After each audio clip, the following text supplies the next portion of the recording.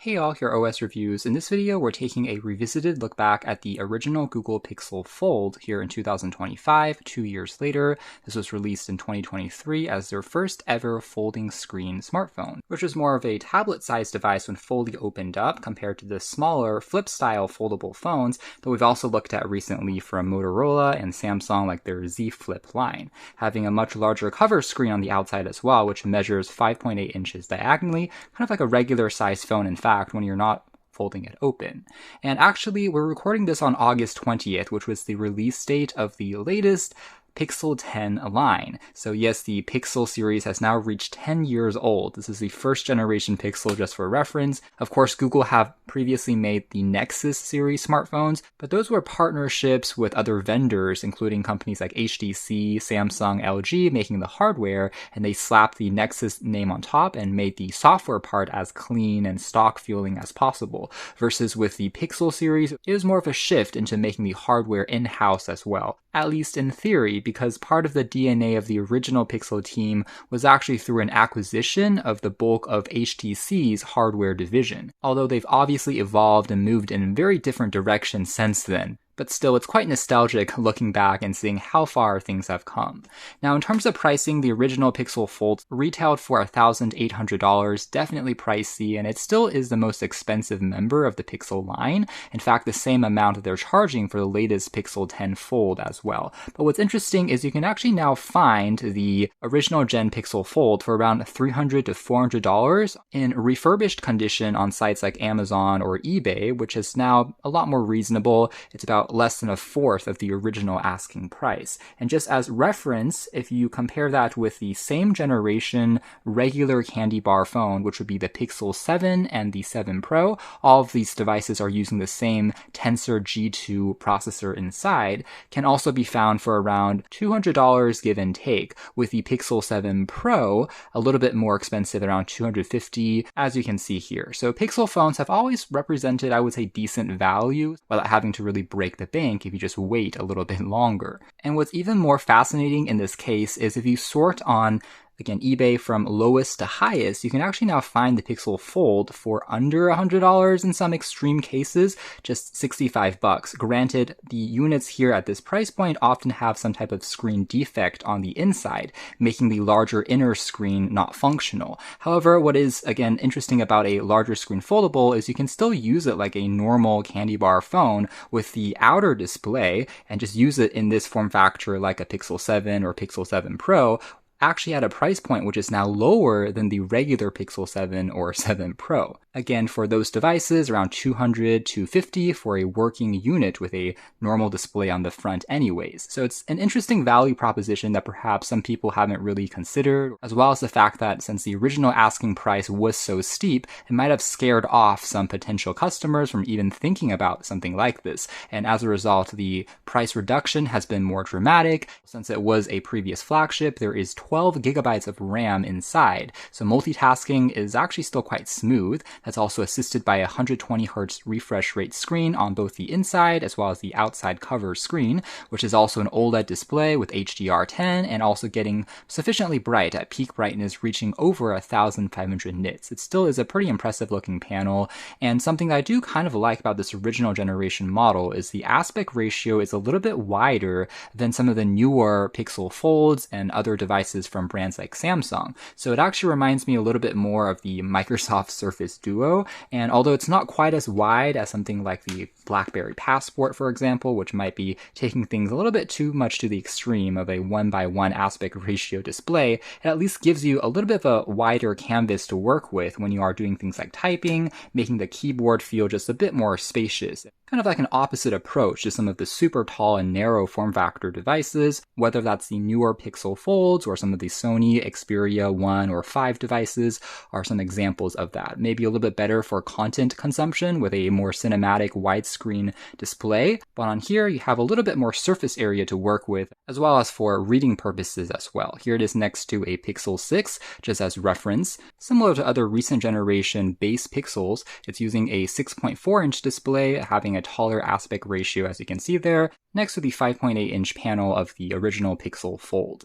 Now, in terms of of hardware, the other aspect that would be the most noticeable difference compared to a base Pixel would probably be the camera hardware, since this one sports a 5x telephoto zoom lens, which along with some software processing can actually get you up to 20 times, even though there are devices now that can get you 50 to 100 times magnification, including the Pixel 10 series using some AI processing. It's still quite impressive to have 20 times zoom built into a phone. It actually gets you surprisingly clear and usable results using computational photography. We'll take a look at some of the photos later on, but I did find this to be surprisingly versatile. And I found myself using it surprisingly much more than I expected for things like nature photography, capturing wildlife animals from afar without disturbing it, buildings and faraway landscapes. Actually is very helpful. And also it's using a 48 megapixel primary lens. Granted, this main sensor has historically been a little bit smaller compared to the regular Pixels and Pixel Pros of the world, which have a 1 over 1.3 inch type sensor. This one is a 1 over 2.0 inch type sensor. So with a smaller surface area, because it needs to be a little bit thinner, it's not going to collect quite as much light information. Bokeh, which is that natural kind of defocusing of the background, is not going to be quite as dramatic. There's also a ultra-wide-angle lens, which is 121 degrees. Now, something that's also kind of interesting is the latest Google Pixel 10 actually now has a camera setup, which is getting more comparable to this Pixel Fold. That is, the base Pixel is finally now gaining the telephoto zoom lens for the first time, as well as the main sensor on the Pixel 10 has been decreased in terms of surface area size to also 1 over 2.0 inch type. So it's now exactly the same as the original Pixel Fold, which is an interesting choice, but it also makes this original Pixel Fold, I think, even more competitive in a way, perhaps as an alternative to the newer Pixel 10, which, by the way, currently sells for $800. And since it's brand new, it's obviously going to be quite a bit more pricey versus an older previous generation flagship.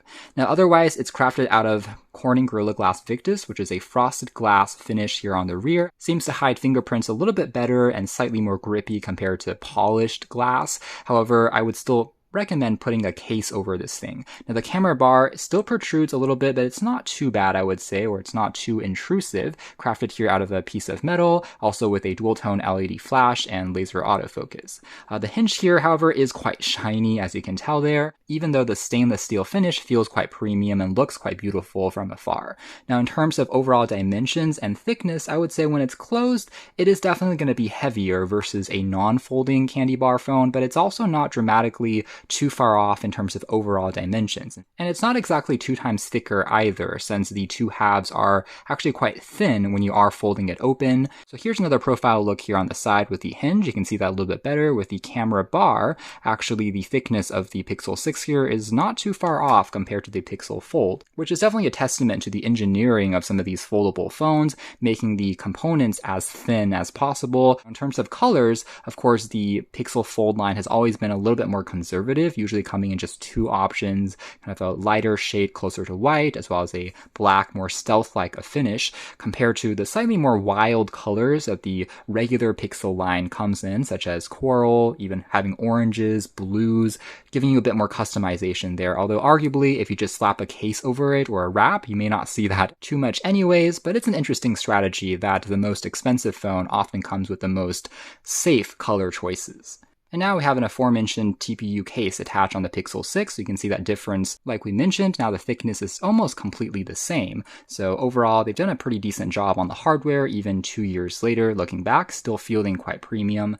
And inside the Pixel Fold is a 4,820 milliamp hour capacity battery, so it is approaching 5,000 milliamp hours, probably where most of the weight is coming from, in fact. And especially if you're using it in this kind of candy bar form for doing most things, since it is a pretty large cover display, you can expect a solid day and a half of battery life, if not stretching a little bit longer if you're conservative on usage. Now, of course, if you're using it in the tablet form, opening up that 7-inch display, then it's going to drain faster to being more of a one-day phone. But overall, I didn't find the battery life to be too problematic, I would say, even now looking back. It supports wireless charging with Qi support on the back, which is pretty handy and helpful just for topping up without plugging in any wires. Granted, you don't really have Qi 2 support back then, so there's no magnets that really locks it more securely, like on MagSafe, but it still is functional, and you have that haptic vibration when charging starts, or you can use 21-watt charging using the Type-C port at the bottom. Definitely a little slower compared to some of its rivals rivals even for its time, but Google's argument is it helped with the thermals and heat management of the phone. Now, it also did not support video display output using Type-C, which was a bit unfortunate, so you could not connect it to a monitor or TV to unlock something like a desktop mode similar to Samsung DeX, which finally we're starting to see on some of the latest gen Pixel phones. A bit overdue there, so this is just for data transfer as well as charging purposes. Located on the right-hand spine, you had access to also chrome-edged volume rockers, as well as the power key, which also served double duty as a fingerprint scanner, which is thankfully very fast to unlock, quite sensitive. The keys feel tactile and responsive. The bottom here also features one of the loudspeakers. The second one is on the very top, giving you that stereo pair, as well as the SIM card slot. Now, in terms of memory, it's another aspect of a Google Fold, which I kind of like looking back because it was a more expensive device previously. They gave you either 256 gigabytes or 512 gigabytes out of the box, which is plentiful versus usually 128 gigabytes being the base found on the normal Pixel phones. And since the storage is unfortunately not user expandable via a micro SD card, something that Google really should add, I do find the 2 to 3 times more storage built in on the Pixel Fold to be quite helpful, especially if you're using it for taking plenty of photos and media files. It's a nice little perk that you don't have to worry about the memory filling up quite as quickly when you're using the phone. And then final hardware pieces would be a 9.5 megapixel selfie camera on the cover display here, as well as another 8 megapixel camera on the inside. When you're folding it open, you can still use it for video conferencing purposes. That being said, the bezels surrounding the inside screen is definitely a little bit on the chunkier side, as you can tell here, but just a little bit larger compared to some other foldables out there, having more of this cutesy appearance that Google seems to enjoy doing as part of their Material You design language. But anyways, the 7.6-inch display, also having more of a square-like form factor, is going to be more comparable to some small-sized tablets out there, devices like the iPad mini, for example, here side by side. Maybe if you're using it in this horizontal form, you can see how that size stacks up next to it, as well as maybe something like a Amazon Fire 7 tablet are all going to be in the same realm of dimensions once you have it folded open. So you can do a little bit more productivity, as well as appreciate how slim it is once it is folded open as well. And to Google's credit, it also feels relatively robust in terms of the hinge. It stays in place nicely and locks itself flat when you have it opened. Plus, the hinge is stiff enough to keep itself open at a variety of different angles once you have it opened up as well. It can sit in this kind of tent or laptop mode if you prefer. You can also run 2 windows on the top and bottom sections of the screen for more multitasking. That being said, the screen, because it is a folding panel at the end of the day, is going to feel a little bit softer compared to traditional glass on the cover screen on normal displays as well. So it still is a little bit more delicate. And on the screen protector of this one, you can definitely notice a bit more of wear and tear, as well as the fact that the crease is definitely noticeable after a bit more of extended use. So the radius isn't quite as wide or invisible as on some of the devices from Motorola that we've seen recently, for example, that perhaps hides the crease even better. But overall, it still feels like a solid enough hinge, and the magnets here also locks itself into place pretty tightly when you're not opening it up, so it doesn't feel like it's going to flop open, giving you the versatility of both a phone and tablet in one, which might appeal to some more power users out there. Now, otherwise, in terms of software, it is a very clean version of Android as expected from a Pixel device. Now, it came out originally with Android 13, but is promised to receive 5 years of OS updates, which means it should receive all the way up to Android 18. Again, this phone is powered by the Google Tensor G2 chip, which was still manufactured on Samsung facilities back then, compared to the Pixel 10 finally shifted to TSMC, which is going to be more efficient manufacturing, but it's still a 5nm 5G enabled chipset, so you can stay connected with cellular, or you can use Wi-Fi, Bluetooth, NFC, GPS, all the standards we've come to expect. And yeah, something that we've talked about previously is the Samsung manufactured Tensor chips aren't the most thermally efficient in the world. In fact, if you were comparing them directly with the equivalent Snapdragon 8 Gen series chips, they trail behind a bit in terms of performance, especially in extended use. If you are doing intensive gaming, for example, they might get a little bit more toasty and warm, kind of like on Samsung's Exynos chips as well. But overall, it's not bad, especially with some of these devices now falling more into the affordable category. I would say it is much more palatable, and you're still getting fast and fluid performance at the end of the day. Again, if you are pressing it super hard, it might get a little bit warmer, but unless you are really doing competitive gaming, I would say it still is a serviceable experience overall. Let's jump into the camera performance here next. So as aforementioned, I think this is also one of the more compelling reasons to consider a device like this because it has that telephoto zoom lens setup, which I do find to be quite helpful. The UI from Google's part is very clean, and you're able to start off here with a primary 48 megapixel lens, do a 2x digital crop, or 5x will then switch into the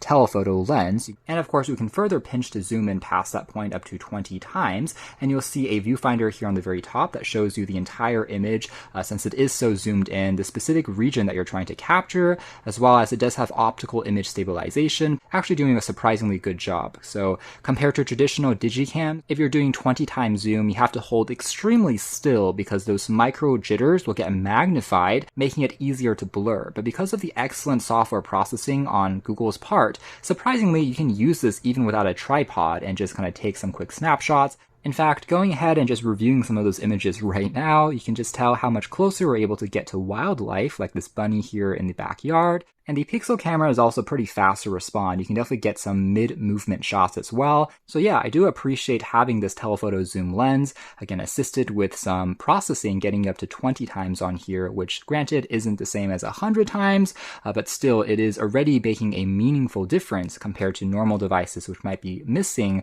any zoom capability at all. Here's a couple more examples on a slightly more sunny day. You can see even more colors being represented. Some other examples I liked using it for would be capturing fireworks, providing a couple of examples here, just getting much closer even though we are in a park setting where technically these fireworks are quite far away, but just magnifying them and seeing plenty of detail. Now I will say there were a couple of moments where I think the software got a little bit buggy, and in other words, switching between those two camera lenses or sensors was a little bit more abrupt and not quite as seamless as I expected at all times, especially if you're using it in slightly darker spaces or environments like at night. At first, there were a couple of instances where it tried to use the primary lens, the 48 megapixel one, and apply 10-20 times digital zoom, which resulted in a much grainier image, as you can imagine. However, when using tap to focus on a firework, it then instantly switched into the telephoto and improved the clarity there. So sometimes you have to give it a little bit more of a push. It's not always done automatically in terms of the software, which is interesting.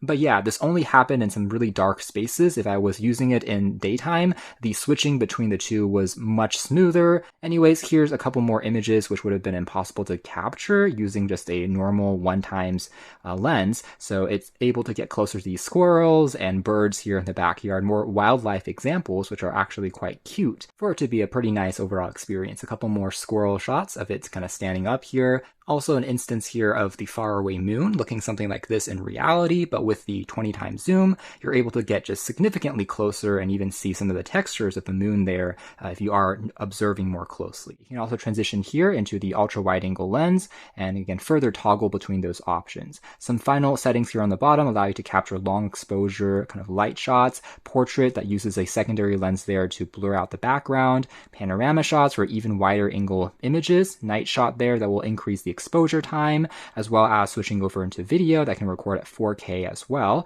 And you can also tap over here if you wanted to activate the front screen and the inner screen at the same time. So if you're taking a photo of someone, they can see themselves on the cover display as well for better composition, and also kind of a fun animation mode that can try and get kids to laugh or smile, for example. Even the animation patterns can be changed as you're holding it in a position like this, are all some additional use cases of this cover display within the camera app. A few final images here using the primary sensor. You can see that it still captures some pretty surprisingly good results when it comes to sharpness as well as dynamic range because of the HDR computational photography. Despite the slightly smaller sensor, still looking quite nice. There's still a bit of natural bokeh here in the background thanks to that 48 megapixel resolution, as you can see here, and definitely do a bit more cropping if you're using that main camera sensor or lens. So yeah, despite not being the ultimate camera smartphone, I would say that you can still get some really quite beautiful looking results. It's pretty amazing that we can now get shots like this from a device that fits in our pocket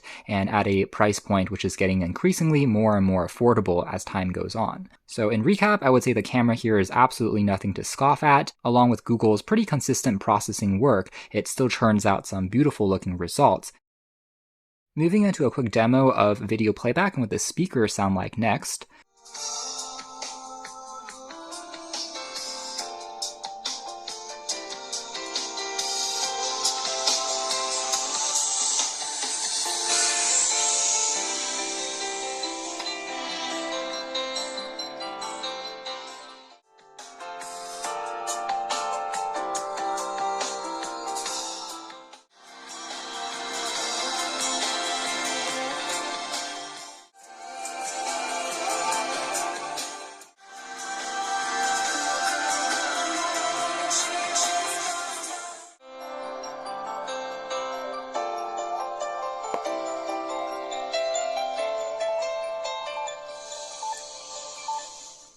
Alright, so turning the volume down there, takeaway is it is actually a very impressive experience. The speakers are quite well balanced for a smartphone. It's not like the top is significantly more quiet than the bottom, getting you some nice stereo immersiveness. Display here is also beautiful looking in terms of colors, not too surprising for an OLED panel. Very vibrant, deep and inky contrast, as well as wide, generous viewing angles, and again, sufficient brightness levels as well. Both provide a pretty comfortable experience. In fact, on the inside screen, the usable surface area when watching a video is actually not dramatically larger per se than the cover display in terms of the width, since the top and bottom of the screen is going to have a little bit more letter boxing just because it is a more square aspect ratio for the screen. So you can just use the main cover display and still get you a nice experience when consuming media. Also jumping into a quick web browsing test next. Haptic vibration motor just feels very satisfying and tight on here as well, another benefit of a previous flagship device. Again, loading speeds are going to be almost instantaneous since the Tensor chip here plus 12 gigs of RAM are still holding up very well to this day,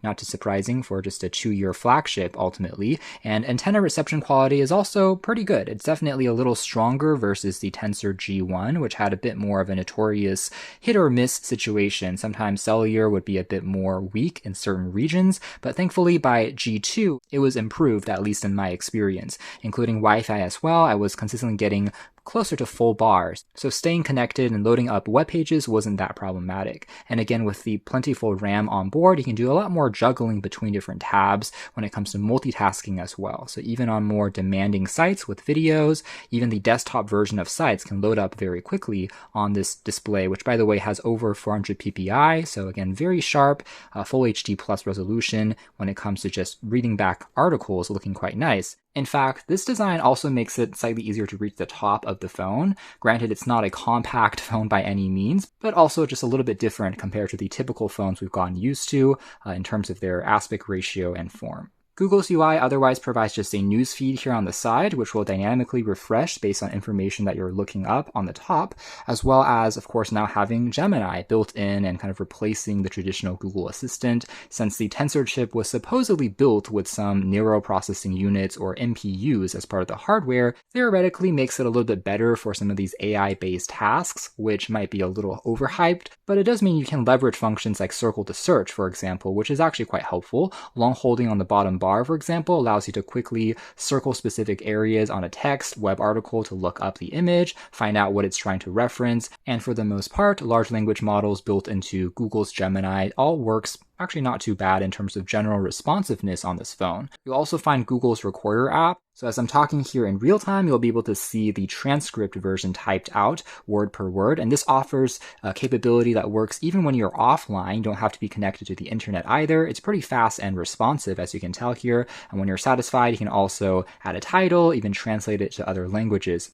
Typed out word per word, and this offers a capability that works even when you're offline. You don't have to be. And as you can hear there, the microphone quality on the Pixel Fold also remains excellent. Even when you are using it in a form factor like this, you can still make calls sounding very clear and clean, removing some background noises as well. It's actually one of the better quality mics I've used recently, so no issues in terms of making phone calls, as well as just recording memos in general. All the other apps, though, are pretty much stock to what we've seen from Pixel devices and Android phones in general. So if you've used a Pixel phone or seen other recent Android devices, I wouldn't say it's too radically different in terms of having specialized apps that they develop just for this larger foldable form. Lots of customization that you can play with as well when it comes to themes and fonts, but this is all pretty typical stuff that we've seen from Pixel products for a while now. Similarly, it's not that surprising that you can run pretty much any application from the Google Play Store that you would want, since it is still a fairly recent flagship. And that includes any reading apps, any social media apps, whether that's WhatsApp,